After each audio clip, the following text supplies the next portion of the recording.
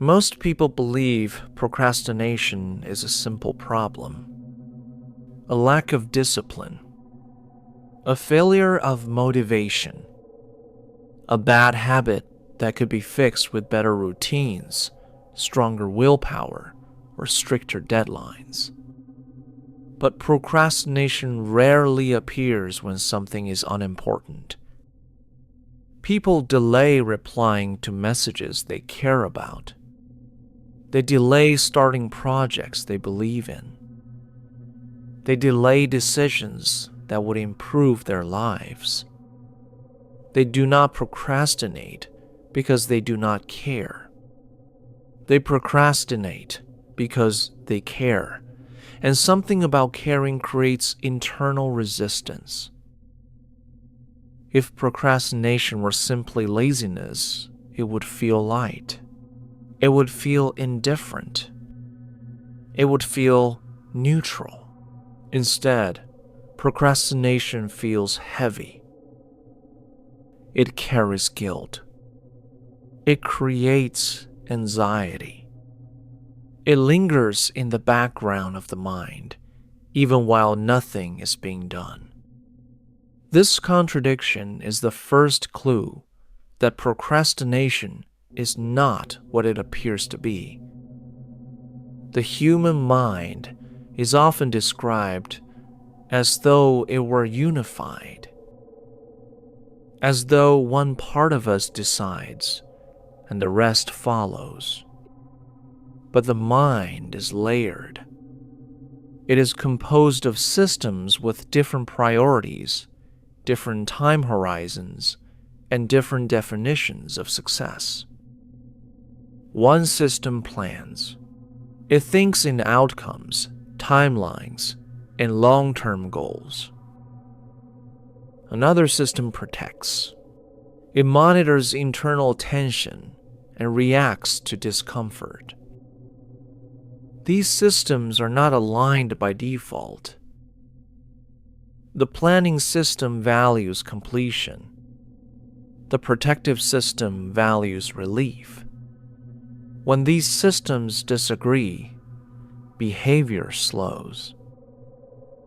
Procrastination is not the absence of intention. It is the presence of conflict. Not all tasks trigger procrastination. People rarely delay brushing their teeth. They rarely postpone activities that feel routine, mechanical, or emotionally neutral. Procrastination intensifies around tasks that involve exposure. Exposure to judgment. Exposure to failure. Exposure to uncertainty. Starting an important task creates a psychological risk. Once effort begins, feedback becomes possible. Once feedback becomes possible, identity becomes involved. The mind experiences this as vulnerability, and vulnerability activates avoidance. Not because the mind is irrational, but because it is protective. Procrastination is often framed as poor time management, but people do not avoid tasks because of time. They avoid tasks because of how the task makes them feel. The moment a task triggers discomfort, anxiety, self-doubt, pressure, the mind searches for relief. Relief can be found almost anywhere. Scrolling, tidying, checking messages, planning instead of starting. These behaviors are not random distractions. They are emotional regulation strategies. Procrastination is not inactivity. It is active avoidance. The mind tells itself a story. Later, I'll feel more ready. Later, I'll be in the right mindset. Later, it will be easier.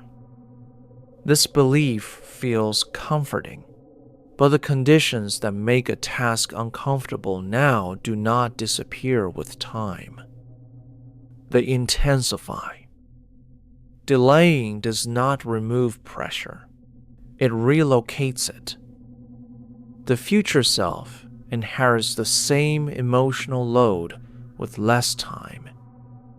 Yet the mind continues to believe that future motivation will appear. This belief persists because the future is emotionally vague. Discomfort feels immediate. Future consequences feel abstract. One of the most frustrating aspects of procrastination is how resistant it is to insight.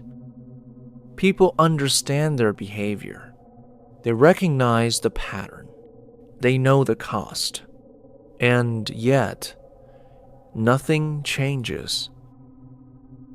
This is because understanding exists in the planning system. Avoidance exists in the emotional system. Insight alone does not neutralize emotional threat. The mind does not act based on logic. It acts based on perceived safety. There is another layer to procrastination that is rarely acknowledged. It protects identity. If someone tries fully and fails, the failure feels definitive. If someone delays and rushes, failure can be explained. Procrastination preserves ambiguity. As long as effort is incomplete, potential remains intact. The mind prefers potential to certainty when certainty might hurt. This is why procrastination often coexists with perfectionism. Perfectionism raises the stakes. Procrastination delays exposure. Together, they form a stable loop. Many people notice something strange. They procrastinate until the last moment, and then suddenly perform. This creates the illusion that pressure improves productivity. But pressure does not create motivation. It removes alternatives. When time runs out, avoidance is no longer possible. Choice collapses. The mind shifts from regulation to survival. This is not sustainable. It explains why procrastination returns as soon as pressure is removed. Modern environments amplify procrastination, not because people are weaker, but because escape is always available. Every notification offers relief. Every distraction interrupts emotional buildup. The mind learns quickly. Avoidance becomes effortless. Focus becomes fragile. This creates a state of constant partial engagement. Busy, but unproductive. Stimulated, but dissatisfied. People often judge themselves harshly for procrastinating. They interpret it as a character flaw, a lack of discipline, a personal failure. But procrastination is not a moral failure. It is a psychological response to unresolved tension. The mind delays when action feels unsafe. While procrastination offers short-term relief, it carries long-term cost. Accumulated stress, eroded self-trust, Persistent background anxiety.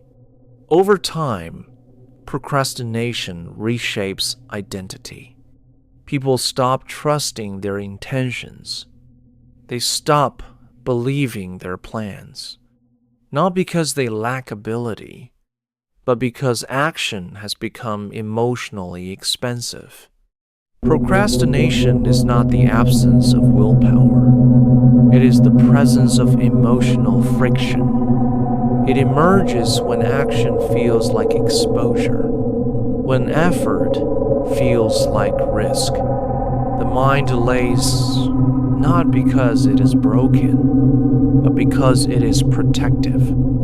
Until the emotional cost of delay outweighs the emotional cost of action, procrastination remains. Not because it makes sense, but because it feels safe.